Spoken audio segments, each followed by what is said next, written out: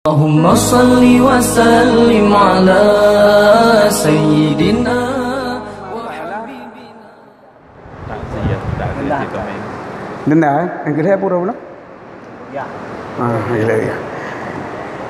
Masalah udung cewek dropo nya na la mahkamah.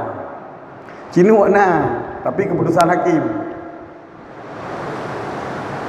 Keputusan hakim takzir dengan cinuk. Bepoh ngbosuh ngimboh dekat tepoh yang ana. Dan dikerjakan di Sidro Algojo. Kali dipuputuh hukum salah, kali drop juga na sidang. Na sidang, na memutuskan, na kau oleh hakim. Cinuk 8 ge, cinuk 10 ge. Nyan je, tapi cok poh ju nya minta lahi. Onlian drop pernikah ni go. Hantar pernikah ni go mana pernikah dia. Mam juga pernikah dia katanya masalah. Walau tak pasal yang dinan nak kira pasal. Apa pakon, dapat boleh hang pernikah. Hana ada apa pokoknya. Bagaimana harus pernikah. Nya hukum ya harus pernikah ni go mana boleh. Dan kan sabah hukum. Olehnya denda yang lebih parah halam. Takzir bil mal adalah dilarang dalam mazhab Syafi'i. Memang menyuruh hajir takzir mal, hajir denda, hukum penjuh si kameng. Hukum cok takop. Menyuruh hana direta lagi rampas.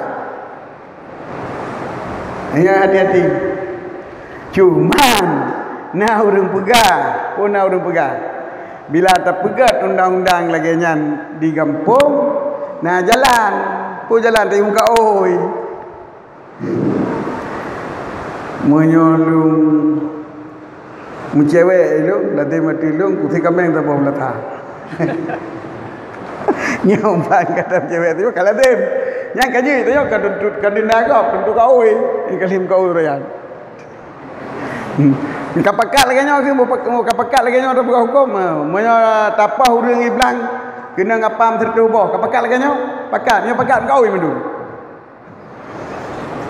so kupau urang iblang lah dia betul tertubuh apa betul letak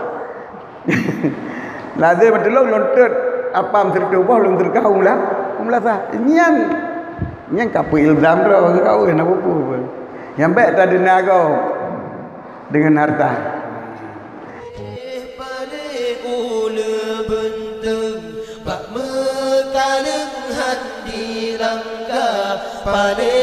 Paneh akai ulung hati jetkeun ke ulama ada pina yang behekeun di jeut taneung dum ulama kadang nyakan bijeh